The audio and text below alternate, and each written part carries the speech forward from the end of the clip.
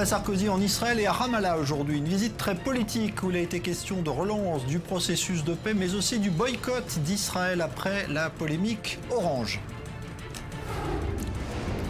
Situation politique très compliquée en Turquie après les législatives. Le parti du président Erdogan se cherche un allié pour former sa coalition. Les Kurdes ont fait une entrée remarquée au Parlement turc. L'ouverture à Paris du procès d'un réseau islamiste. 15 personnes soupçonnées d'avoir préparé des attentats en France, mais qui rejettent ces accusations.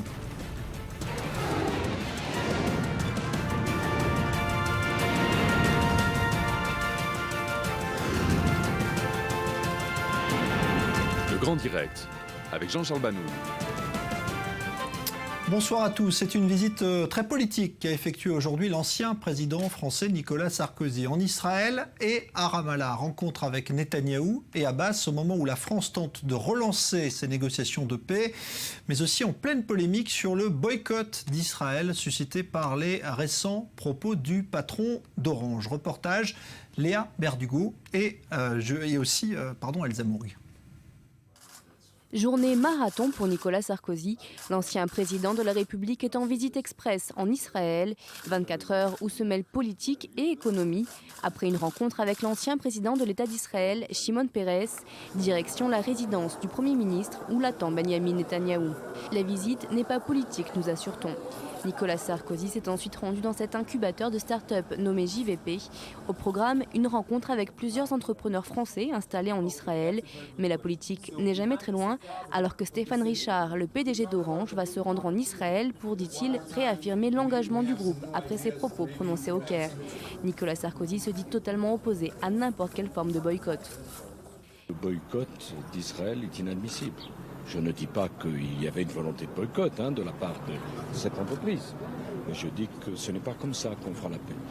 De la même façon, je pense que la paix ici viendra d'abord des Israéliens et des Palestiniens eux-mêmes. Et tout ce qui sera fait de l'extérieur, me semble-t-il, sans leur accord, sans leur soutien aux deux parties, parce que je reste attaché à l'idée de deux États-nations vivant en paix côte à côte, serait une erreur.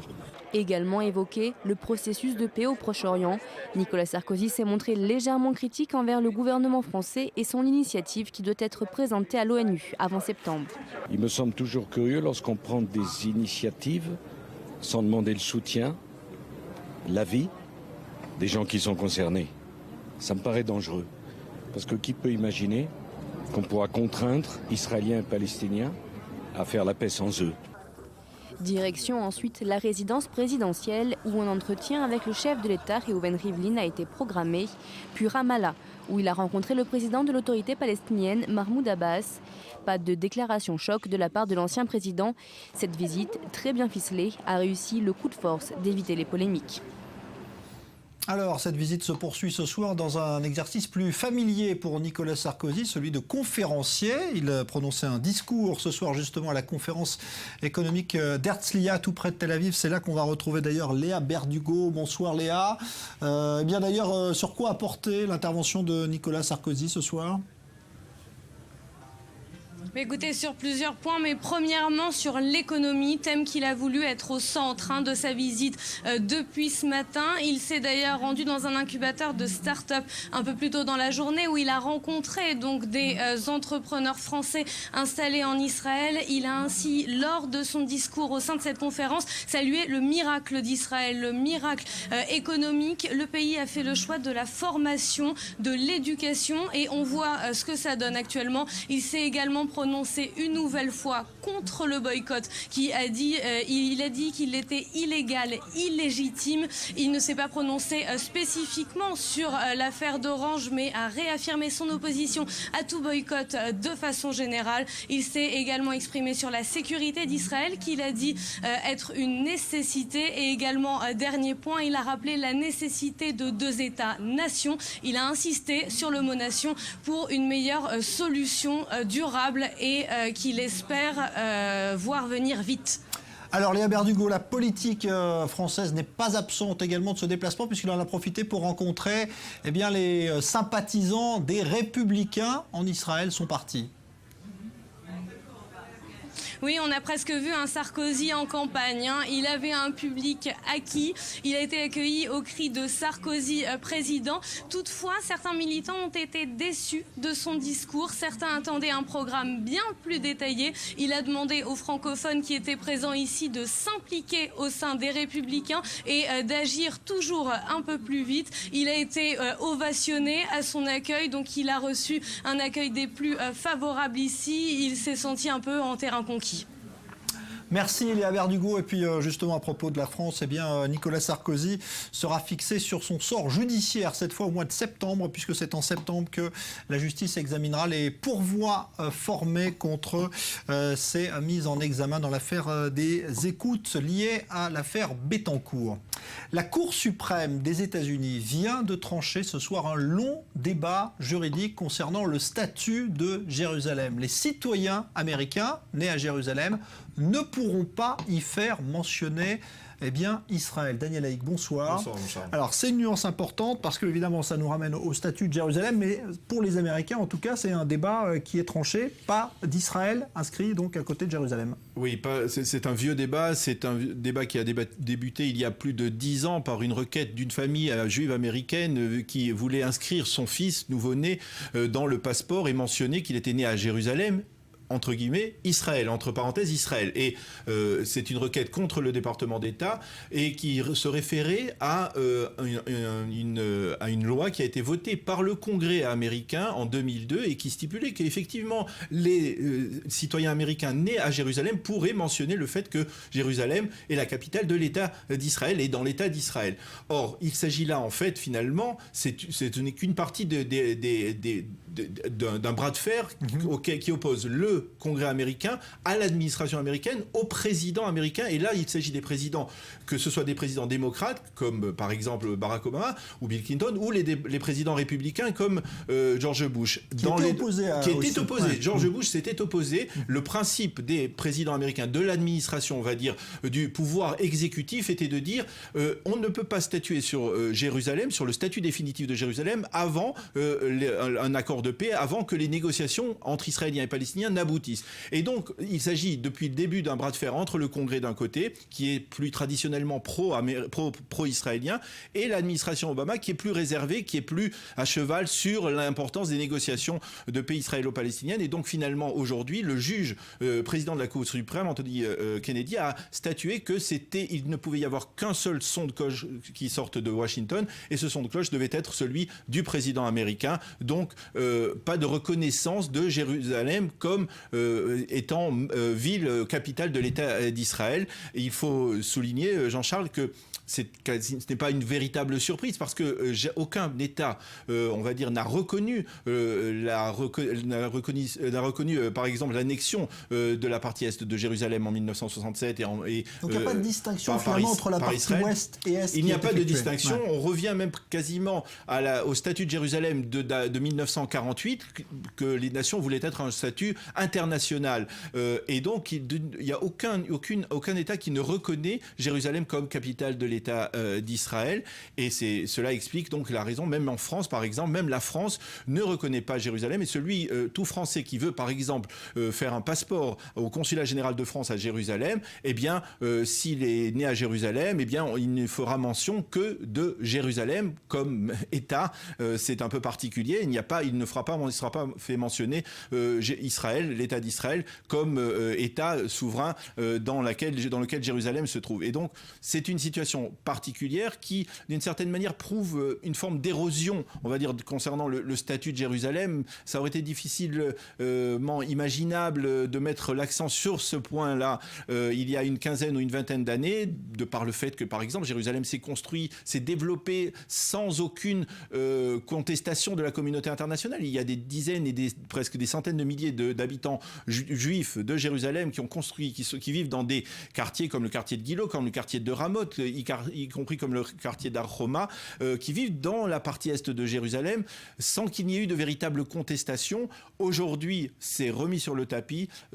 C'est quelque part une preuve d'érosion de la situation du statut de Jérusalem, mais quelque part aussi, il y a dans cette décision de la Cour suprême un élément positif pour Israël, parce que si finalement la décision ne devrait intervenir qu'à l'issue de négociations, coalition. Cela devrait, selon une certaine logique de l'administration américaine, mettre de côté toute initiative unilatérale, comme par exemple l'initiative unilatérale des Palestiniens auprès du Conseil de sécurité de l'ONU pour reconnaître un État palestinien indépendant de manière unilatérale. Donc on revient à la nécessité de négocier entre Israéliens et Palestiniens et d'aboutir à une solution concernant le statut de Jérusalem. Merci Daniel Haïk, donc analyste politique. La Turquie, à présent, et les élections législatives qui mettent le parti d'Erdogan, le président, en difficulté malgré sa victoire hier soir. Majorité relative et donc obligation de former une coalition. Mais l'entrée du parti pro-kurde pour la première fois au Parlement turc complique le jeu politique. Elsa Mourgue.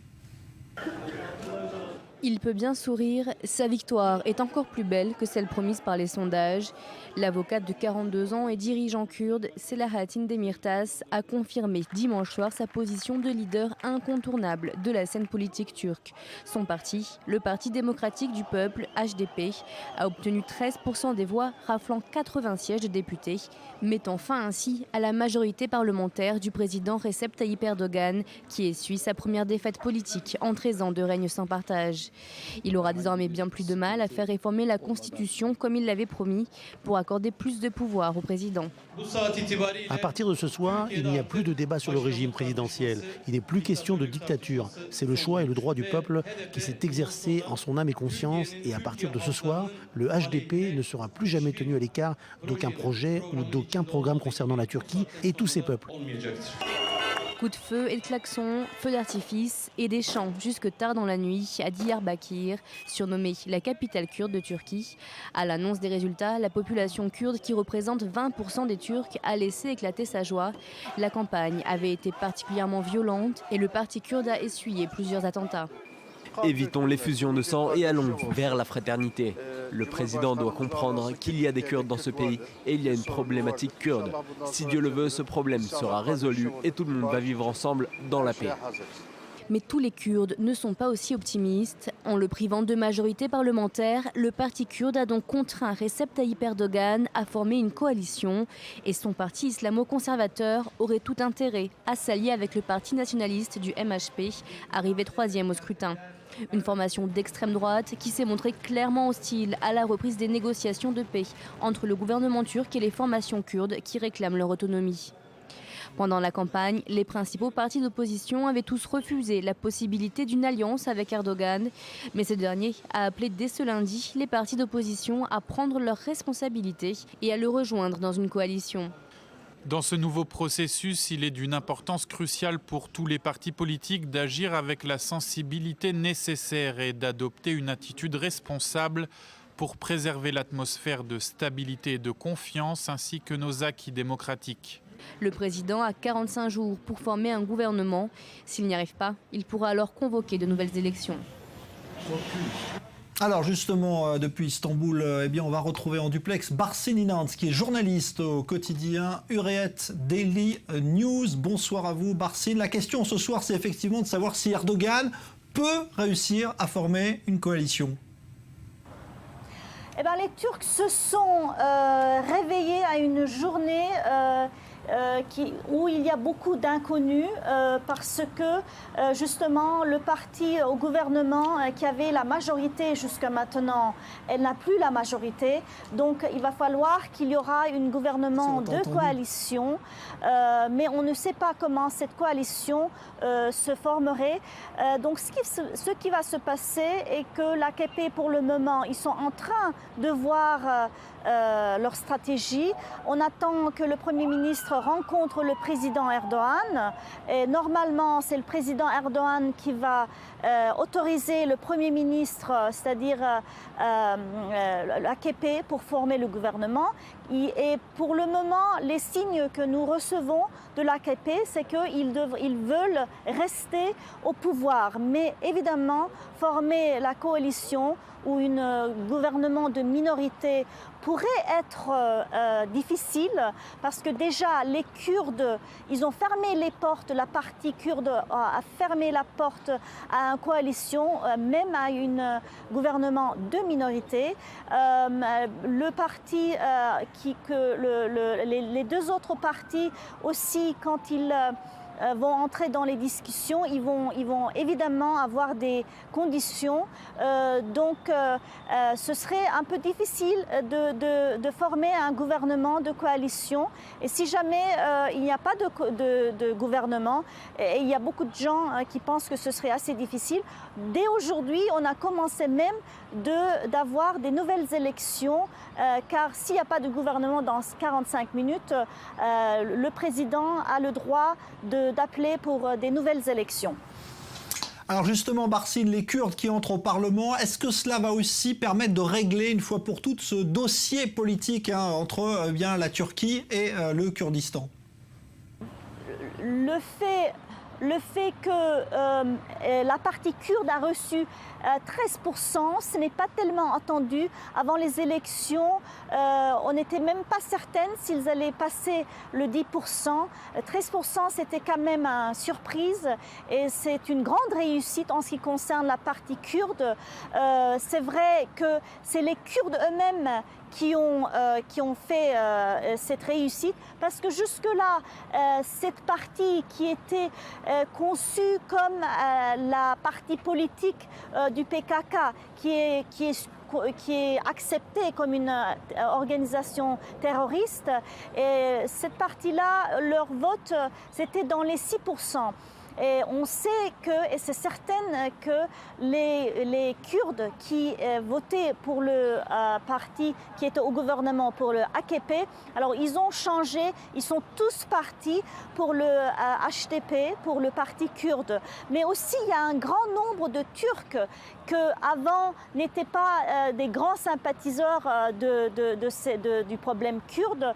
Eux aussi, ils ont voté pour le HDP. Et ça, je pense que c'est très signifiant en ce qui concerne la paix entre les Turcs et les Kurdes. C'est vrai qu'un certain nombre de Turcs qui ont voté pour la partie kurde, ils n'ont pas voté parce qu'ils ont beaucoup de sympathie pour les Kurdes, mais justement, c'était pour stopper le AKP. Mais c'est vrai aussi qu'il y a un autre nombre, d'autres gens qui ont voté pour le HDP parce qu'eux, ils n'ont pas de problème de voir cette partie dans le Parlement. Et c'est vrai que le fait que HDP avait dit qu'il ne voulait pas rester une partie kurde, mais qu'il voulait être la partie de la Turquie, eh bien ça se réalise parce que déjà avoir 13%, c'est très important. De venir de 6% à 13%, c'est assez important. Et je pense que c'est plutôt une bonne signe en ce qui concerne la paix et la solution du problème kurde. Mais c'est vrai que le MHP, la partie nationaliste qui est contre les négociations avec les Kurdes, ont aussi augmenté leur vote. Et c'est vrai que le problème, le fait qu'on ne sait pas de quelle sorte de gouvernement on aura, ne nous donne pas un grand idée comment la négociation avec les Kurdes va se tenir place si jamais le MHP, la partie nationaliste contre les Kurdes, prend un parti dans une coalition, dans un gouvernement de coalition, alors le futur, on ne sait pas comment le futur des négociations de paix avec les Kurdes va se tenir. Merci Barsine Inanc, donc qui est journaliste au quotidien Hurriyet Daily News depuis Istanbul. On va voir maintenant comment tout cela est vu depuis Israël avec vous. Avi Pazner, bonsoir, ambassadeur d'Israël. Alors justement, on sait que les relations entre Erdogan et Israël n'étaient pas très bonnes. Est-ce qu'on se réjouit ce soir en Israël de sa défaite, sa demi-défaite? Officiellement, Israël évidemment n'a pas dit un mot. Mais je crois que si vous parlez à l'Israélien normal dans la rue, tout le monde se dira content de cet échec d'Erdogan, qui est perçu, avec raison, comme quelqu'un qui n'aime pas beaucoup Israël. Et donc, l'échec d'Erdogan est d'autant plus grand que s'il avait réussi son coup, il aurait changé la Constitution, il aurait pu rester président jusqu'à la fin de ses jours, c'est-à-dire réélu chaque fois. Il n'y a pas de limite dans les idées qu'il voulait présenter. Il aurait pu être élu jusqu'à la fin de sa vie, ça peut être dans 10 ans, 20 ans, 30 ans, on ne sait pas, ok. Et il aurait cherché à recréer, d'une façon ou d'une autre, l'Empire ottoman. Pas directement, évidemment, mais avec une influence dominante dans les pays autour. Donc maintenant, cela ne va pas arriver. Et je crois que, justement, en Israël, on est satisfait. Personne ne vous le dira officiellement, mais on est satisfait. Ce n'est pas, Jean-Charles, qu'on va voir une grande amélioration des relations entre la Turquie et Israël. N'oublions pas, il reste président. Son premier ministre, Davutoglu, est aussi anti-israélien que lui. D'ailleurs, je ne sais pas s'il va rester Premier ministre, parce que quelqu'un devra porter la veste de cet échec, et ça peut être Davutoglu, ok ? Mais je ne connais pas les petits détails de la politique turque à ce point-là. Je peux juste vous dire que tant que Erdogan reste président, les relations avec Israël ne vont pas se réchauffer, sauf dans un cas assez improbable d'une coalition avec le Parti républicain, où Israël compte beaucoup d'amis, et si le Parti républicain en fait une condition. Mais comme je vous le dis, Jean-Charles, ça me semble improbable. D'ailleurs, je vois que Erdogan va avoir énormément de difficultés de faire une coalition. Les Kurdes ont déjà dit qu'ils ne veulent pas. Le Parti républicain, qui est le plus grand parti d'opposition, n'a pas intérêt à joindre la coalition. Donc, il lui reste seulement le Parti national. Et ça, justement, ça peut être, contrairement à ce qu'on pense, ça peut être une mauvaise nouvelle pour les Kurdes. Okay? Les Kurdes qui ont tellement bien réussi dans cette élection, si vraiment il y a un gouvernement maintenant entre Erdogan et le Parti national, c'est les Kurdes qui vont perdre. Ouais, parce qu'il n'est pas question, évidemment, pour les nationalistes de se séparer du Kurdistan. Justement, Israël compte des alliés au Kurdistan. C'est une cause qu'Israël défend, plutôt ? C'est une cause qu'Israël défend depuis longtemps, déjà. Je me rappelle déjà dans les années 50, du temps de Ben Gurion, dans les années 60, du temps d'Eshkol. Déjà, Israël avait des liens avec les Kurdes en Irak et en Iran, évidemment. En ce temps-là, nous étions en bonne relation avec l'Iran et officiellement, nous avions aussi de bonnes relations avec les Kurdes d'Iran. Mais nous avions des relations sous le manteau avec les Kurdes d'Irak et traditionnellement, nos relations sont bonnes. Et maintenant, vous savez, le Kurdistan, c'est énorme. C'est 40 millions de personnes. 40 millions de personnes qui n'ont pas d'État, qui n'ont pas accès à la mer et qui cherchent des amis. Israël est leur ami. Et ça, c'est évident. Merci Avi Pazner, donc ambassadeur d'Israël, à propos de ces élections turques. En France maintenant, une application qui fait beaucoup de bruit. Il s'agit de cette application de transport avec chauffeur, Uber, qui chamboule le paysage urbain. De nouvelles villes sont accessibles depuis aujourd'hui par cette application, alors qu'à Paris, une décision a été prise de créer bientôt un forfait taxi aéroport pour éviter une guerre des prix. Léa Volbert. À partir de ce lundi, l'application Uber s'étend à Marseille, Nantes et Strasbourg. 100 000 utilisateurs potentiels à Marseille, 12 000 à Nantes, 8 000 à Strasbourg. Les taxis et chauffeurs s'indignent et dénoncent un travail dissimulé. Peu après l'annonce de l'expansion d'Uber, plus d'une centaine de chauffeurs de taxi ont pénétré dans des hôtels de Nantes et de Marseille où la société avait prévu d'organiser des opérations de recrutement. Le but, c'est surtout que le préfet vienne les empêcher de recruter, parce que c'est encore une fois illégal ce qu'ils font. La loi Thévenoud du 1er octobre s'est prononcée, ce travail est interdit. Le leader mondial des voitures de transport avec chauffeur, les VTC, a décidé de capitaliser sur son service à prix cassé Uber Pop. Le principe, mettre en relation des particuliers via l'application Uber afin de partager une même course. Uber Pop, c'est encore pire que le Uber normal. C'est-à-dire que monsieur tout le monde, quand il a fini son travail, il prend sa voiture personnelle, d'accord ?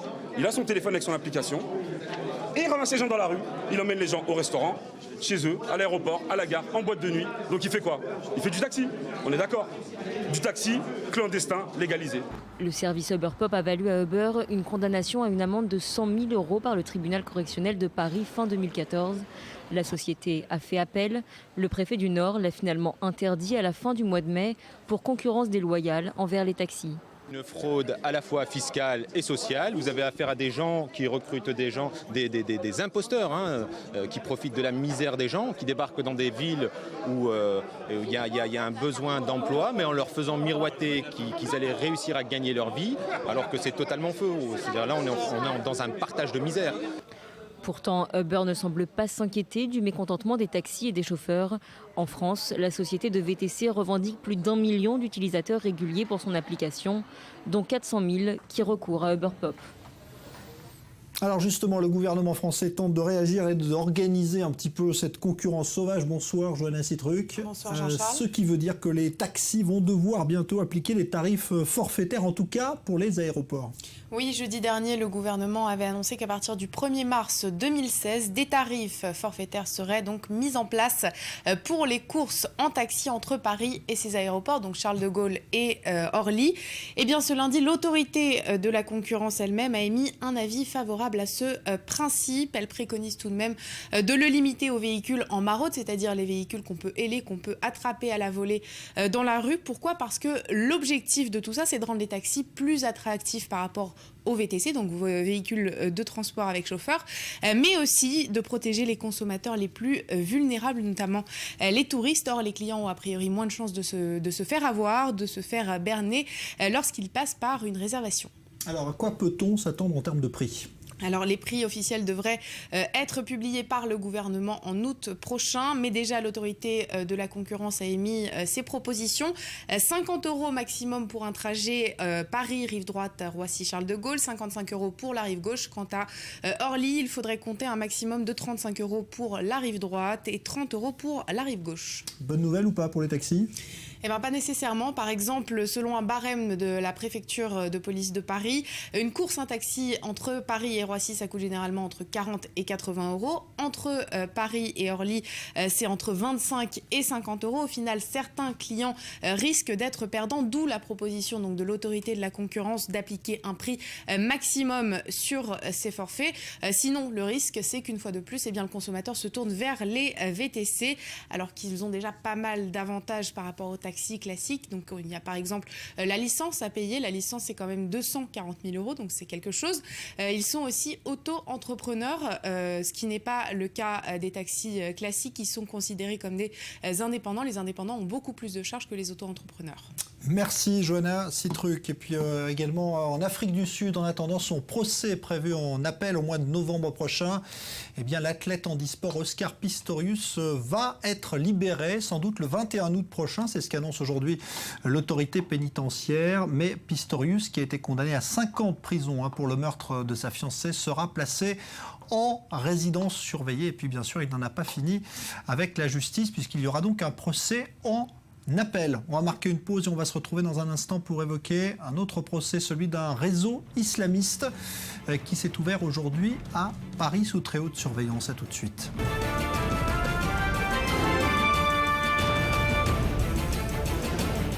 Nicolas Sarkozy en Israël et à Ramallah aujourd'hui, une visite très politique où il a été question de la relance du processus de paix mais aussi du boycott d'Israël après la polémique Orange. Situation politique compliquée en Turquie au lendemain des législatives. Le parti du président Erdogan se cherche un allié pour former sa coalition. Le parti pro-kurde, lui, a fait une entrée remarquée au Parlement. Et puis l'ouverture du procès d'un réseau islamiste à Paris. Une quinzaine de personnes soupçonnées d'avoir préparé des attentats en France, mais qui rejettent ces accusations. On en reparle tout de suite.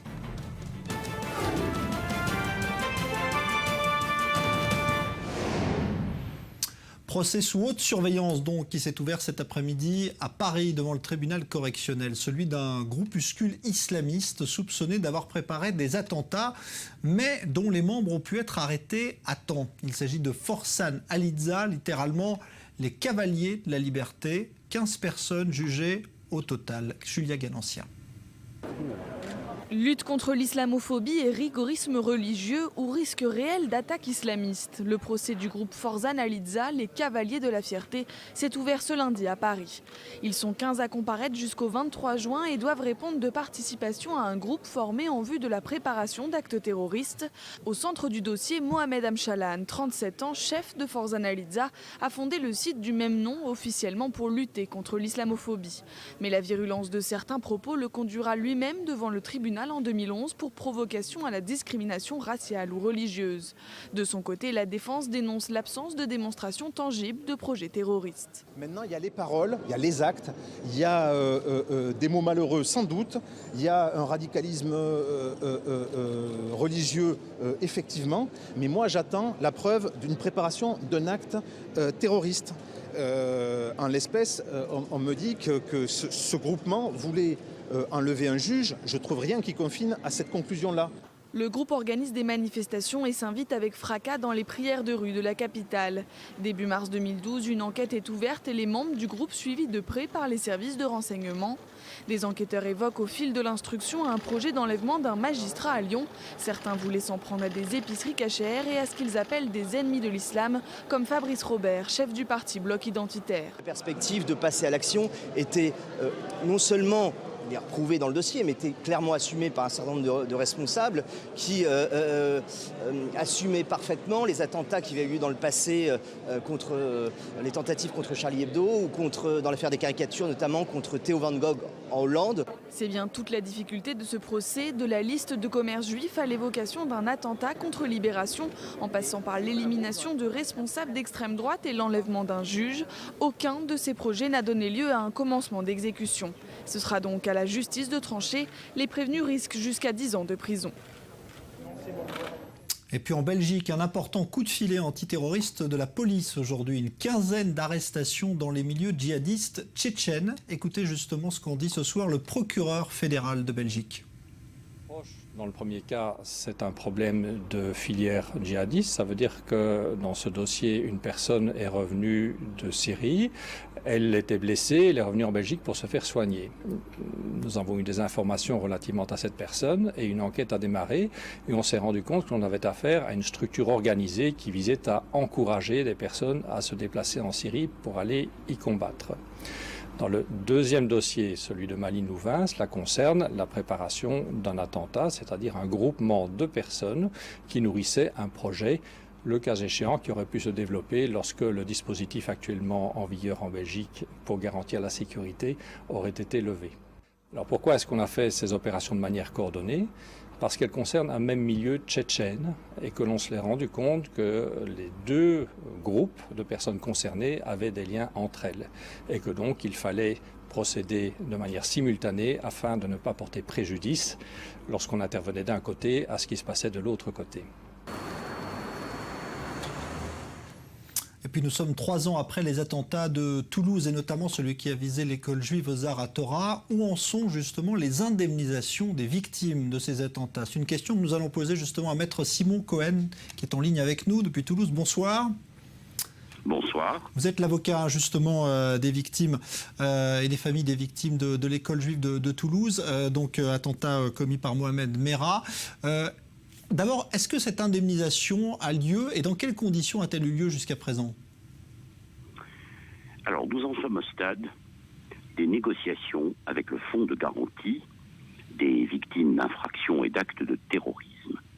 Puis, si ces négociations n'aboutissent pas de manière convenable, je dis bien convenable, parce que nous ne cherchons pas à décrosser la lune.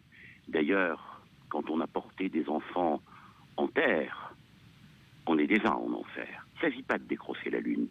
Il s'agit de parvenir à une indemnisation raisonnable. Et pour résumer d'un mot, mon objectif, c'est le suivant. Le droit, c'est une technique, ce n'est pas une valeur.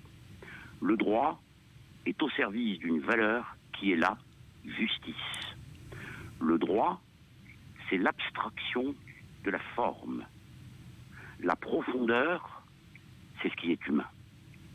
Et nous voulons donner à cette question d'indemnisation toute sa dimension humaine.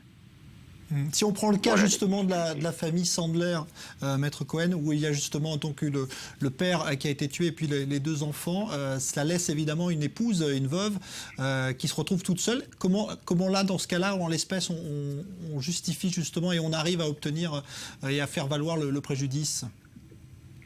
Est-ce qu'on peut imaginer d'abord une femme qui perd le même jour son mari, 2 de ses enfants, et qui demeure seule avec le 3e, qui doit penser ses plaies, qui doit penser ses blessures, et qui en même temps doit avoir la force de soutenir celui qui reste.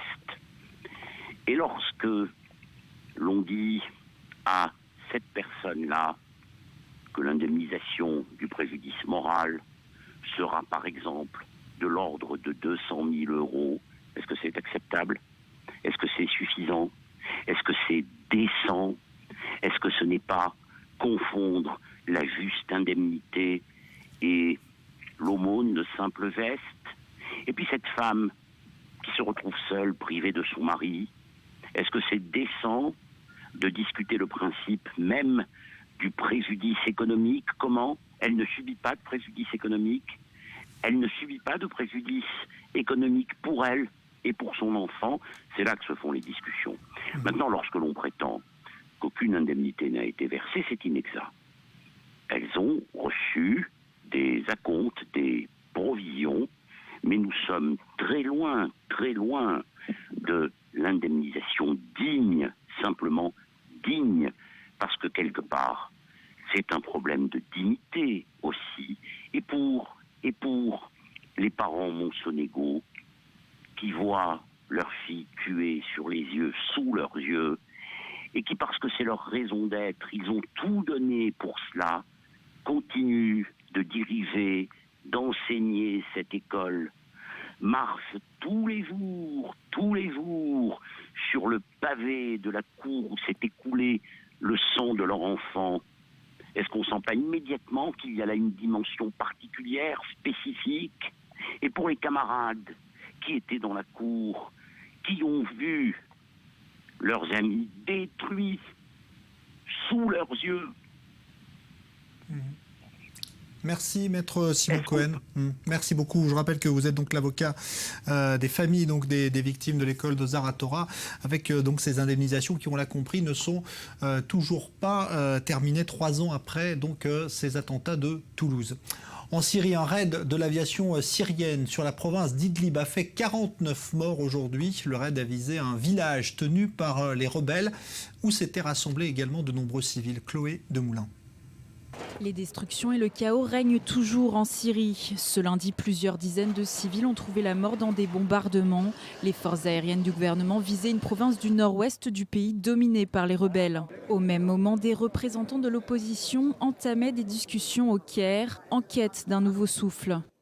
La proposition d'une solution politique que vous élaborez par votre dialogue pendant ces 2 jours ne sera qu'un début. Nous allons travailler ensemble afin de partager votre message et votre vision pour trouver une solution pour la Syrie et le monde. L'objectif de cette conférence est d'élargir la coalition contre le régime de Bachar al-Assad en l'ouvrant à d'autres groupes. Adopter un pacte national et une feuille de route politique répondrait aux demandes du peuple syrien et constituerait un résultat merveilleux. Cette tentative d'union élargie relève pourtant du défi, car les opposants ont souvent été divisés. Je demande que désormais, après 4 ans de guerre, après la mort de tous ces hommes, femmes et enfants, après la destruction généralisée de la nation syrienne, je vous exhorte à surmonter votre désaccord, à vous unifier afin de proposer une solution qui permettra de sauver le pays. L'ambition affichée est également d'aider cette nouvelle coalition à acquérir son indépendance financière et politique. Une opposition 100% syro-syrienne qui pourrait se passer des puissances étrangères.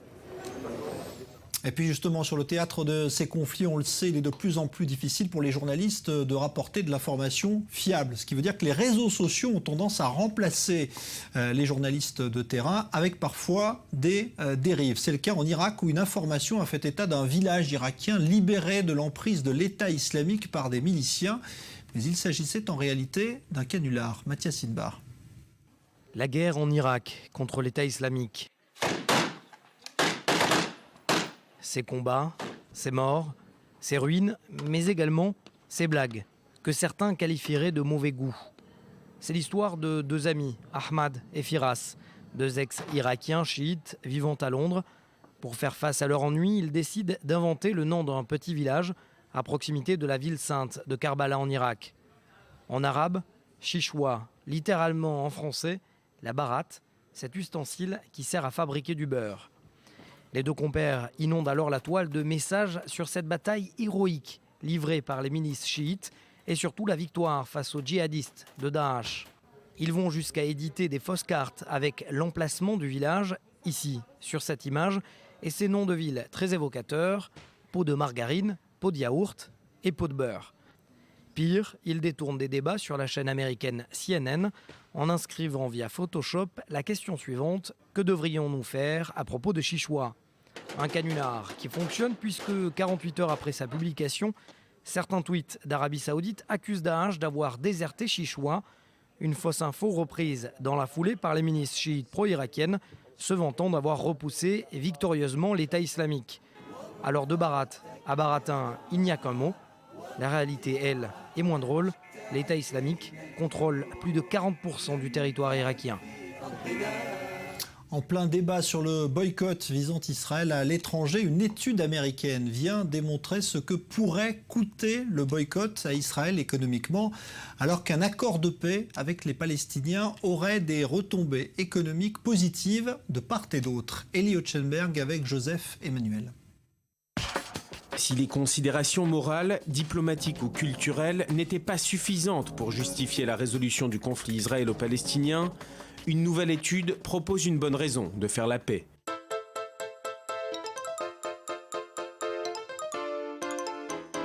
Gagner des milliards de dollars.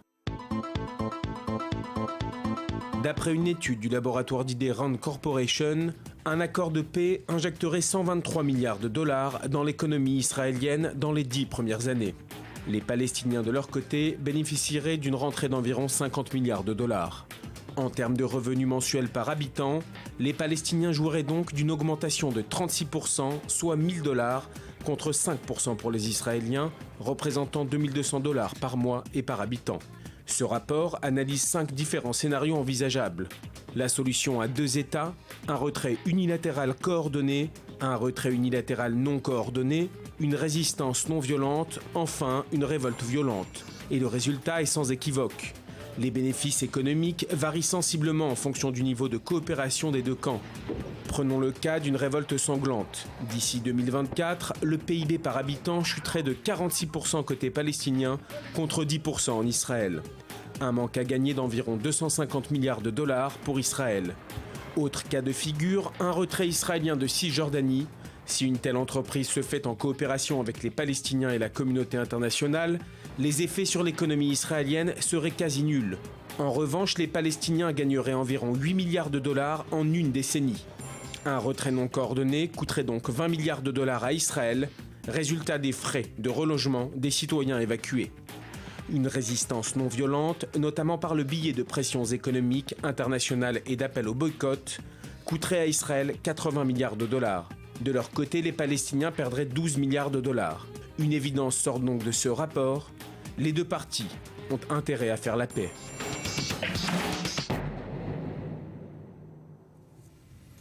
Le G7, réuni en Bavière, s'est dit prêt à renforcer les sanctions contre la Russie si nécessaire. Allusion à la reprise des combats en Ukraine. On a appris tout à l'heure d'ailleurs que 7 soldats ukrainiens étaient morts après que leur véhicule ait sauté sur une mine dans l'Est. Le sommet des 7 chefs d'État qui s'était élargi aujourd'hui d'ailleurs à plusieurs pays d'Afrique ou du Moyen-Orient pour marquer également le renforcement de la lutte contre le terrorisme, tout en s'intéressant également à la dette grecque et à la réduction des émissions de carbone. Tout un programme, Julia Ganancia. Le G7 s'est montré inflexible avec la Russie au sujet de l'Ukraine. Poutine est exclu de la rencontre depuis l'annexion de la Crimée en mars 2014. La situation avait conduit à l'adoption de sanctions par les Américains et les pays de l'Union européenne. Des sanctions que les pays se sont dit prêts à renforcer si nécessaire. Ici, au sommet du G7, nous avons conclu que même en poursuivant une solution diplomatique, les sanctions contre la Russie resteront en vigueur tant qu'elle continuera d'enfreindre ses obligations comme convenu dans les accords de Minsk. Et si nécessaire, nous sommes prêts à imposer des sanctions supplémentaires. Autre dossier clé, la crise grecque et aucune progression ce week-end. Au contraire, la crise s'est accentuée entre le gouvernement grec et ses créanciers. La Grèce négocie depuis février avec la Commission européenne, le FMI et la Banque centrale européenne. Angela Merkel a lancé une mise en garde au gouvernement grec, les pressant d'agir. Les trois institutions ont une position commune, c'est déjà un grand pas en avant. Et c'est désormais sur cette base que les discussions avancent, mais il faut dire qu'il n'y a plus beaucoup de temps et c'est le problème et il faut y travailler intensément. De l'économie au climat, il n'y a qu'un pas. À quelques mois de la conférence mondiale à Paris, les manifestants altermondialistes exigeaient un signal fort de la part des grandes puissances pour lutter contre le réchauffement de la planète. Les pays du G7 ont jugé nécessaire une diminution importante des émissions mondiales de gaz à effet de serre et une décarbonisation de l'économie au cours de ce siècle. Il y aura une diminution de 40 à 70% des émissions de CO2 d'ici 2050 et il a été ajouté avec la volonté d'être au plus haut de la fourchette. C'est un engagement qui lie tous les participants au G7. Au final, les progrès enregistrés à Elmo permettent d'espérer un accord solide à Paris en fin d'année. Le Japon et le Canada, dont le mix énergétique repose pour beaucoup sur le charbon, étaient nettement réticents. Mais du côté des ONG, les premières réactions sont plutôt positives. Greenpeace juge qu'Elmo a tenu ses promesses. Aux États-Unis, ce devait être l'événement musical hip-hop de l'année, un concert qui était programmé la nuit dernière dans le New Jersey, mais qui a dégénéré. Des centaines de spectateurs sans billets ont tenté de forcer l'entrée, obligeant la police à intervenir. Léa Volbert. En lieu et place du festival Summer Jam, ce sont des émeutes qui ont éclaté dimanche soir autour du MetLife Stadium dans le New Jersey. La police est intervenue pour disperser une foule de fans sans ticket qui tentaient de forcer l'entrée du stade pour assister à un concert de rap. Des têtes d'affiche comme Kendrick Lamar ou Chris Brown qui ont attiré des fans des quatre coins des États-Unis. Les premiers affrontements ont éclaté autour de 21h. La police a dû faire usage de gaz lacrymogène pour riposter à des jets de pierres et de bouteilles de verre. Des affrontements ont également éclaté à l'intérieur du stade, nécessitant l'intervention de renforts de forces de police. Selon les autorités, plusieurs émeutiers ont été arrêtés. Aucun blessé grave n'est à déplorer. Emis Communication, la société en charge du festival, a publié un communiqué ce lundi. Elle dénonce un petit groupe d'individus qui a créé un environnement dangereux et qui a cherché à semer la panique. Des déclarations qui convergent avec les témoignages de plusieurs fans présents lors des affrontements. Certains d'entre eux évoquent sur les réseaux sociaux des scènes chaotiques. D'autres parlent de vandalisme sur des voitures de police. Les fans qui avaient déjà fait valider leurs billets seront remboursés, mais le concert ne sera pas reprogrammé. C'était beaucoup plus calme en revanche à l'intérieur de la salle des Golden State Warriors à Oakland où se déroule la finale NBA, finale qui s'annonce très indécise puisqu'on en est à une victoire partout à l'issue des deux premiers matchs. Ce sont les Cavs de Cleveland qui ont égalisé cette nuit en battant donc les Golden State grâce à un match une nouvelle fois étonnant de leur vedette LeBron James. Mathias Inbar. La rage dans les points, LeBron James exulte au buzzer. Avec son équipe des Cavaliers de Cleveland, il vient d'arracher la victoire et surtout d'égaliser un partout dans la finale NBA qui l'oppose aux Golden State Warriors. Trahi par la maladresse du meilleur joueur de la saison régulière, Stephen Curry, 5 sur 23 au tir, dont 2 sur 15 à 3 points. La soirée avait commencé sur un rythme électrique, les deux équipes au coude à coude pendant la plupart de la rencontre. Un match marqué par la défense incroyable de Matthew Dellavedova, un jeune Australien titularisé en l'absence de Kyrie Irving. Son entraîneur, l'Israélien David Blatt, salue la performance. Vous savez, il fait ce qu'il doit faire à chaque fois qu'il est dans cette position. C'est un gamin courageux, il est toujours là pour ses coéquipiers. Un jeu défensif qui n'a pas empêché Stephen Curry d'obtenir les prolongations sur une action personnelle. D'autant qu'à 7 secondes du buzzer, LeBron tente lui aussi de lui répondre. Sans réussite. Les deux équipes s'engagent alors dans un jeu particulièrement agressif jusqu'à ce lancer franc victorieux de LeBron James. Si vous attendez de nous que nous soyons sexy, de voir du beau basketball, vous vous trompez, ce n'est pas nous. Ce n'est pas nous en ce moment, tout est dur, on doit se battre sur le plan défensif comme offensif. Victoire finale 95-93, le match 3 aura lieu dans la nuit de mardi à mercredi dans la salle des Cavaliers. À suivre ce soir dans l'émission Reportage, ce sera juste après le grand direct, une immersion au Népal où les séquelles du séisme se font toujours sentir. Vous verrez l'exemple étonnant de ce médecin népalais qui vit en Israël mais qui s'est porté volontaire pour aller secourir ses compatriotes dès que la catastrophe s'est produite. Un extrait tout de suite, c'est signé Nadav Neos.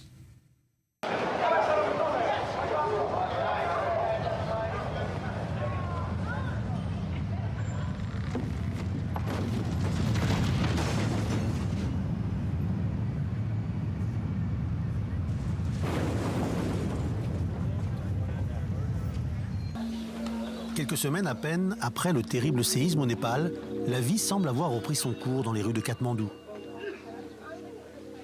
Pourtant, la dévastation est partout. Avec une magnitude de 7,9, le tremblement de terre a laissé une ville défigurée par les décombres.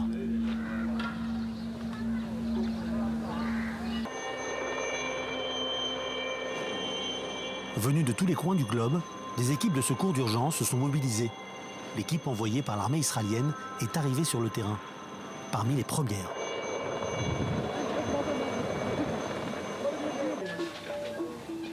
Maji Sagar, un étudiant âgé de 18 ans, a été l'un des premiers patients transportés vers l'hôpital de campagne israélien dès son établissement.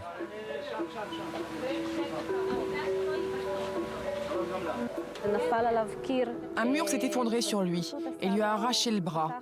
Il a un moignon traumatique sur son bras.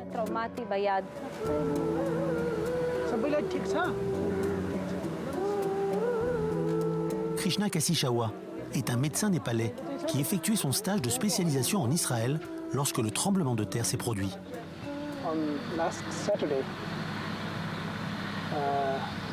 Soudain, samedi dernier, j'ai entendu aux informations que le Népal avait été dévasté par un important tremblement de terre, que les morts étaient très nombreux et qu'un grand nombre de maisons avaient été détruites.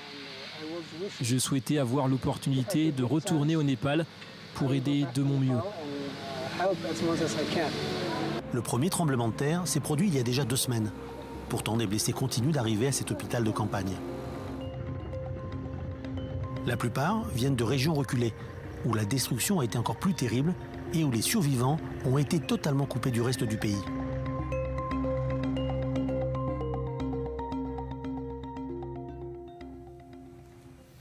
Voilà, c'est à voir donc tout à l'heure en intégralité dans l'émission Reportage, juste après le grand direct. On vient d'apprendre que Stéphane Richard, le PDG d'Orange, se rendrait bien en Israël où Netanyahou lui a demandé de venir s'expliquer. Et il a de nouveau rappelé qu'il n'a jamais été question, je cite, pour Orange, de se retirer d'Israël. D'autres marques également font le chemin de réaffirmer leur présence en Israël envers et contre tout. C'est le cas de la marque de vêtements mondialement connue italienne Diesel, dont le patron s'est lui-même rendu ces jours-ci en Israël. Reportage Solal Awizeral et Ranchnek. Pourquoi le pape italien du jean se rend-il en Israël en période de boycott? La campagne BDS fait rage, et même pour un self-made man, le climat semble peu favorable au business. Et pourtant, Renzo Rosso prouve le contraire. Accompagné de l'état-major de son groupe, il passe 3 jours en Israël et le fait savoir. Après la traditionnelle visite au mur des lamentations et avant le lancement officiel d'une boutique à Tel Aviv, c'est au centre Pérez pour la paix qu'il s'est rendu. Objectif ? Rencontrer l'illustre Shimon Peres, Nobel de la paix en 1993. C'est un grand honneur pour moi d'être là aujourd'hui parce que j'apprécie Shimon Peres et son histoire. Je l'admire tellement. J'espère que notre conversation sera intéressante. Je viens en Israël car c'est un beau pays, très prometteur. Les Israéliens sont vraiment des êtres spéciaux, toujours capables de résoudre des problèmes. Combien pu se dire les 2 hommes pendant l'heure qu'ils ont passé ensemble dans ce cube dédié à la paix au fin fond de Jaffa? On ne le saura pas. Mais Renzo Rosso en est sorti optimiste. Incroyable de partager l'expérience de Shimon Peres. Cet homme a voyagé partout et a rencontré les plus grands de ce monde, y compris les très religieux. Avec un homme politique d'une telle envergure, on peut construire un monde merveilleux pour demain. Et ce monde meilleur, le boss italien y croit sincèrement. Pacifiste, il propose de participer au changement. Je le ferai grâce à mon excellent rapport aux médias. En s'exprimant de la bonne façon médiatiquement, nous pouvons tous apporter pour la paix. Je vis en paix et j'espère sincèrement qu'Israéliens et Palestiniens pourront trouver les chemins de la paix. Et il sait de quoi il parle. Récemment, Renzo Rosso a montré l'exemple. Propriétaire de Maison Margiela, il a choisi de donner une seconde chance au très controversé John Galliano, l'ex-directeur artistique de Dior, déchu de la planète fashion et condamné pour ses propos antisémites. Il va changer le monde, puisqu'il a beaucoup souffert de ses propos. L'avoir de nouveau dans le monde de la mode est très important et je suis fier de travailler avec lui. Nous faisons de belles choses ensemble.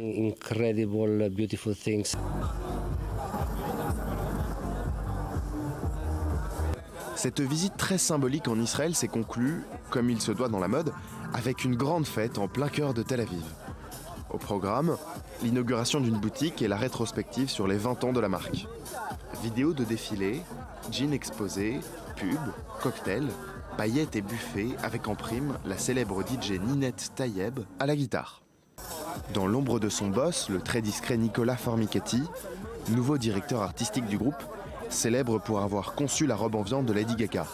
Devant un parterre de stars israéliennes, Renzo Rosso a souri, pris la pause quelques instants, puis a disparu. Peut-être pour changer le monde. Un joli pied de nez au BDS. Le Grand Direct revient dans 10 minutes, juste après un nouveau point sur l'info.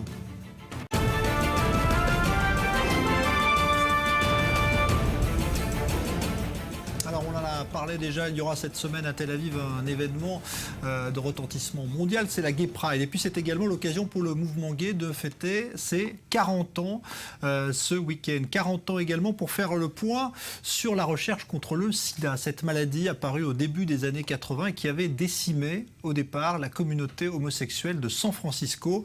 C'est ensuite devenu une épidémie mondiale. On en parlera dans un instant avec un invité prestigieux, mais tout d'abord, retour sur cette période de recherche médicale intense, Joseph Emmanuel. Au début des années 80, les services de médecine interne deviennent des mouroirs. Un nouveau mal apparaît, un mal qui emporte en quelques jours ceux qui le contractent. Ce mal s'appelle le sida. C'est le 20 mai 1983 qu'une équipe de chercheurs de l'Institut Pasteur annonce dans le magazine Science qu'elle a isolé le virus responsable du sida.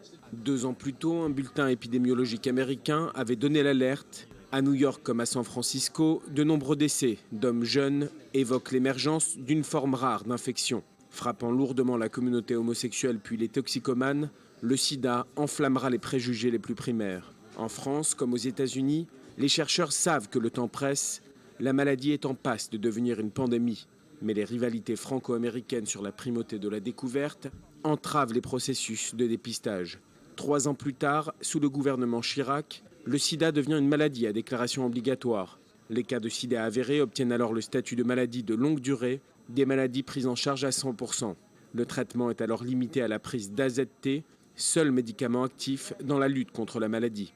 Mais le sida se transforme finalement en pandémie mondiale, avec une impression, l'impossibilité de soigner un jour ce mal. L'idée de combiner plusieurs médicaments s'impose en 1990. Des résultats cliniques spectaculaires sont alors obtenus avec différentes associations médicamenteuses. C'est la naissance de la trithérapie qui transforme le syndrome en une forme de maladie chronique. Mais nombreux sont les pays où les malades n'ont pas accès aux traitements trop coûteux. La Côte d'Ivoire, par exemple, pays d'Afrique de l'Ouest le plus touché par l'épidémie, où plus de 80 000 enfants sont infectés par le VIH. Depuis qu'on le découvrait, plus de 25 millions de personnes sont mortes du sida. La recherche avance, mais le virus ne s'éradique toujours pas.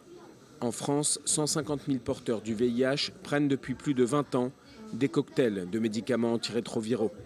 Dans certaines régions d'Afrique, une personne sur 4 est touchée par le VIH et seule une part infime des malades a accès aux soins.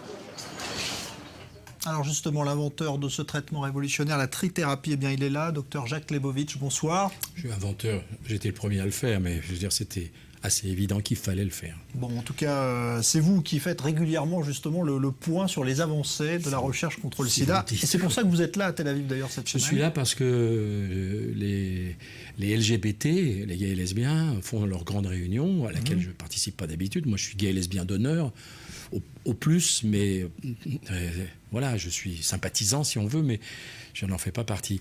Mais on s'est rencontrés à Paris et je leur ai fait l'information qu'on va peut-être aborder maintenant. C'est il y a des bonnes nouvelles dans le traitement de l'infection HIV. C'est pas la guérison, c'est pas l'éradication. On est toujours avec les pilules, on reste avec le virus, on reste avec les docteurs, mais c'est une façon très différente et apaisée de prendre les antiviraux quelques jours par semaine. Alors c'est ça qu'il faut expliquer, c'est parce que vous avez mis au point ce traitement au départ qui était très lourd. Mais... C'est-à-dire que le plus lourd, c'était non seulement le nombre de pilules, mais ça s'est beaucoup arrangé. Mais ce qui reste très lourd, c'est le 7 jours par semaine à vie. Chez des gens qui sont entre 20 et 60 ans, dont la vie peut durer 50, encore 30 ans, vous voyez ce que je veux dire? Donc ce côté à vie est une sentence lourde. Et personne, sérieusement, ne peut croire qu'un humain va prendre pendant 20, 30, 40 ans. Même si sa vie en dépend. C'est pas vraiment comme ça en plus, parce que si le virus vous tue pas tout de suite, il est lent et il prend quelques années, voire une décennie pour vous ratatiner. Donc c'est pas aussi méchant, c'est pas la rage. Donc si on prend pas les traitements, le virus revient, mais on n'en meurt pas tout de suite. Donc il n'y a pas la pression vitale de devoir les prendre. Ça, c'est plutôt du marketing. La raison, c'est en fait, les gens les prennent quand on leur dit de les prendre, souvent parce qu'ils sont inquiets d'avoir été contaminés, de plus en plus sensibles, ils ont envie de les prendre. Mais au bout de 2 ou 3 ans, il y en a 70% qui ne les prennent plus aux États-Unis, 40% en France. Il y a des fuites comme ça, il y a une perte, une attrition au suivi, à la cascade du traitement, comment ça se dit, depuis le dépistage jusqu'à la suppression virale optimale avec des médicaments qui mettent le virus sous le tapis. Dans cette période, sur cet espace-là, il y a beaucoup de fuites.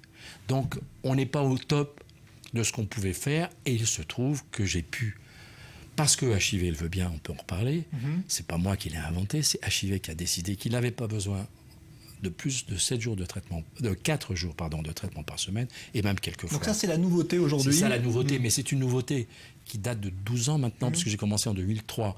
Je l'ai publié une première fois en 2010, dans un journal scientifique indépendant, et je l'ai reconfirmé en 2015, là, dans le même journal, avec d'autres reviewers. C'est une période de test très longue, c'est un projet qui s'appelle ICAR.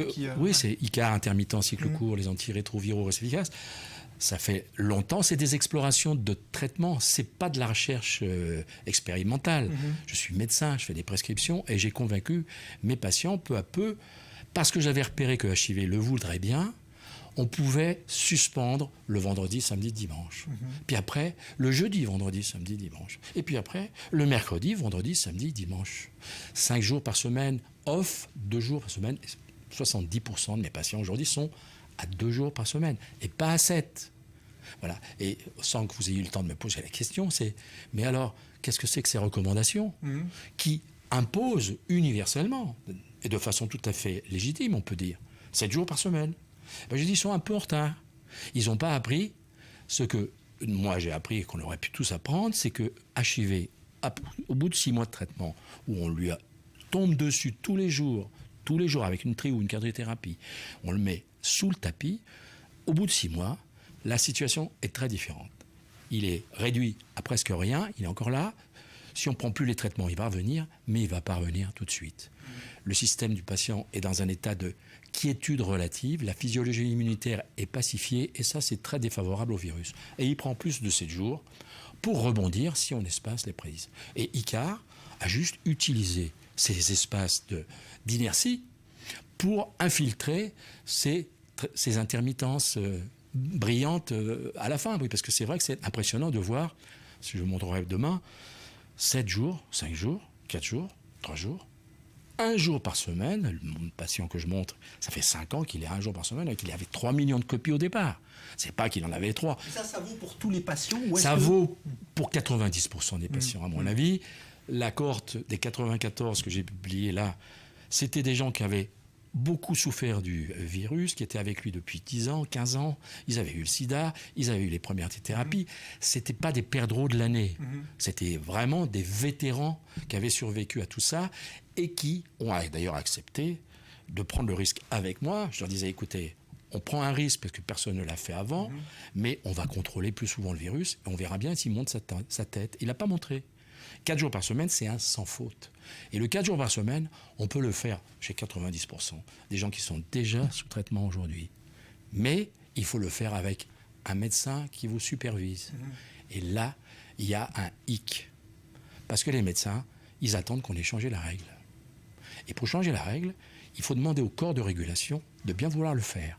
Et eux, comme je vous l'ai dit en la conversation, ils sont du côté du changement conservatoire. Ils sont plutôt du côté conservatoire du changement. On n'est pas pressé d'avancer. Pour l'instant, on reste sur la règle donc, on reste sur les 7 jours sur 7. Et donc, pour moi, la démonstration que je fais, qui est la plus pointue contre ça, c'est que au-delà de 4 jours de traitement, dans la deuxième phase du traitement d'entretien, passer la phase d'attaque initiale des 6 mois, il faut y aller très fort, ça s'appelle de la surmédication. Et il n'y a pas de légitimité à la surmédication dans aucun code d'éthique, dans aucun code de déontologie. Il n'y a pas de bénédiction pour la surmédication. Primum non nocere, secundum non exagerare. Mais oui. Donc ça veut dire que les laboratoires, pour l'instant... Non, ce n'est pas les laboratoires, c'est les corps d'enregistrement. Ils sont tétanisés. Les industriels suivent derrière. Alors, les industriels... C'est pour ça que je suis content d'être sur ce plateau, qui est de renommée mondiale. On me l'a dit, moi je ne regarde jamais plus la télévision, je suis trop vieux. Mais voilà, pour dire, au fond, on comprend bien que les corps d'enregistrement ne peuvent pas changer comme ça. Il leur faudra des centaines de milliers d'observations pour considérer qu'il faut peut-être changer la règle. Sinon, ils n'oseront pas. Comment ils pourraient s'autoriser quelque part? Vous voyez, nous, on n'a que 200 patients en France. C'est ridicule. Il y en a 24 millions sous traitement. Vous voulez, avec 200, changer la règle, vous vous prenez pour Tintin. Voilà. Donc, alors, arrêtons de nous battre dans un cul-de-sac. Et je fais un appel ici, comme je le ferai demain, à des partenaires industriels. Que les partenaires industriels, les fabricants de génériques, Teva. Voilà, qui est ici en Israël, pas très loin. Ben, je le sais bien. Voilà. Et c'est pas pour ça que je suis venu, mais j'en profite pour dire, Teva au sommet, appelez-nous, qu'on se parle, qu'on vous montre quel intérêt vous pouvez faire à rentrer sur le marché où vous êtes déjà, mais avec des boîtes à 4 jours et à 3 jours par semaine, au lieu de 7 jours par semaine que tous les autres frileux vont conserver pour des raisons de courte vue. Donc il faut leur expliquer comment ils vont gagner plus ou autant d'argent. C'est vrai qu'il faut faire un peu de dialectique. En vendant moins, finalement. Vous savez, avec le Talmud, on peut s'arranger très bien. S'ils arrivent à comprendre le Talmud, on peut leur expliquer que 4 jours et 3 jours, ça leur fera gagner plus d'argent que 7 jours par semaine. Et ça, pourquoi? Qu'est-ce qu'on utilise comme métaphore pour leur faire comprendre ça? C'est pas une métaphore, c'est que la réalité du champ, je vous l'ai dit, c'est qu'au bout de 2-3 ans, un grand nombre de patients ne prennent plus leurs médicaments. Donc il y a des fuites, des pertes, une attrition au suivi qui fait qu'on n'a plus de clients. Si on veut fidéliser la clientèle, puisque proposer un traitement léger. Puisque HIV le veut bien, encore une fois, c'est pas pour être gentil, c'est pas pour être malin, c'est pas pour faire des sous. C'est parce que HIV ne demande pas. On ne peut pas être plus royaliste que lui, quand même, il ne faut pas exagérer. On ne peut pas être plus virologue que le virus. Alors on peut convaincre peut-être l'industrie, s'ils viennent nous écouter, on peut converser et se convaincre mutuellement que, oui, d'abord sur le plan éthique, c'est chic. Sur le plan de l'image, ça serait grand. Ça serait évidemment l'idée que tout le monde pourra en avoir plus, puisqu'il y en aurait, vous savez, il y a la même quantité à distribuer, etc., moins cher peut-être. Donc que des trucs gagnants et positifs. Et en plus, ils pourraient faire fortune. Donc ça, aujourd'hui, vous êtes prêt à le lancer. C'est un peu la même révolution, finalement, dans un sens plus light, qu'à l'époque où vous avez lancé la trithérapie 7 jours sur 7. Aujourd'hui, on peut dire on est prêt C'est la trithérapie. Attendez, je vous remercie de m'envoyer cette perche, parce que la trithérapie, je l'ai fait le dos au mur. Parce que la monothérapie, la bithérapie, ça ne marchait pas. Et nous, on avait inventé, c'est ça notre vrai mérite, c'est pas qu'on a inventé la trithérapie, mais on a inventé un moyen de mesurer l'impact des antiviraux en temps réel, ça s'appelle la charge virale. Et on a inventé des charges virales artisanales, excusez-moi, dès 89, on avait l'instrument de mesure. Donc on a pu vérifier que ça ne marchait pas. Donc c'est le dos au mur qu'on a fait la trithérapie. Là, on est plutôt vainqueur. HIV sous le tapis, il baisse la tête, mais 7 jours par semaine, il est encore au haut de l'affaire. Il va faire un peu moins le malin quand il sera à 4 jours, 3 jours ou 2 jours par semaine. Comme je dis, c'est HIV qui va avoir l'air d'un crétin, et plus les humains qui sont en train de baisser la tête devant lui. Voilà. Je voudrais qu'on parle également, toujours parce que le sida aujourd'hui, c'est vrai qu'on dit c'est une histoire ancienne, pourtant il y a encore 6000 nouveaux cas, je lisais, chaque année en France. C'est beaucoup moins grave à cause des trithérapies, il faut le dire la vérité. Bon. Si les gens les prennent, ils n'ont plus le sida, ils ne transmettent pas, ils peuvent faire des enfants. C'est miraculeux. Bon. Mais il y a les pertes, les gens s'arrêtent, c'est pas le nirvana, et ça dure indéfiniment. Donc, il faut trouver l'autre solution. Et de toute façon, c'est une maladie sexuellement transmissible. Le sexe, même si le peuple en rêve et les conservateurs, les néocons, ils s'appellent, paraît-il, en Amérique, ont rêvé que ça y était, on avait fini avec ces histoires sexuelles. Ils se trompent. Les humains ont toujours été sexués et c'est pas demain la veille que ça va s'arrêter. Il n'y a aucune maladie sexuellement transmissible qui a disparu de la planète depuis 1542 qu'on sait les suivre. Donc, il ne faut pas nous faire le coup que ça va s'en aller demain parce qu'on va se comporter autrement. Non, il faut faire des interventions médicalisées. C'est vrai qu'avec le virus, sous traitement, eh bien, il ne se transmet plus. C'est quand même l'information la plus énorme de la trithérapie. C'est la fin de l'épidémie sur le papier. Si 90% des séropositifs prennent les antiviraux, les séronégatifs ne l'attraperont plus. C'est quand même ça la vérité. Voilà. Donc ça veut dire quoi, qu'on n'a plus besoin du préservatif avec la trithérapie? Allez, on n'y est pas encore. Mais quand on y serait, à ce moment-là, le préservatif, c'est beaucoup moins efficace que le médicament antiviral que prend le séropositif, puisqu'il ne transmet pas. Dans mes patients, la 94, il y a 7 couples sérodifférents qui ont fait 10 bébés, évidemment, qui n'ont pas été contaminés. Et le partenaire séronégatif, il n'a pas été contaminé non plus, parce que son partenaire séropositif prenait 4 jours ou moins de trithérapie. Voilà. Donc le message de prévention a changé aujourd'hui, hein, il changera. En quelques secondes. Ouais. Il va changer. Ouais. Il n'est pas encore fait, mais il a déjà changé. C'est les antiviraux qui vont faire la différence. Ça, c'est sûr. Alors là, c'est pas une nouveauté, pas de moi. Ça, je ne suis pas original là-dessus. Pas de virus transmissible, pas d'infection nouvelle. Ça, c'est vrai, voilà. Merci beaucoup, docteur Jacques Leibowitz, d'être venu donc bien nous parler de ce que vous allez donc prononcer demain et ce nouveau point sur les recherches contre cette maladie, le sida, avec donc ce traitement, pas dire allégé parce que vous n'aimez pas, mais... Non, c'est traitement intermittent en cycle court. Voilà. Donc moins, en tout cas moins contraignant. Et IKI2CA2RE pour être sûr de ne pas le confondre avec un crétin qui est monté un peu trop haut et qu'avec un C et un R. Voilà, et qui s'est brûlé les ailes. Merci beaucoup, docteur Jacques Leibowitz, d'être venu dans ce studio. Dans un instant, nouveau journal avec Elsa Vimoun.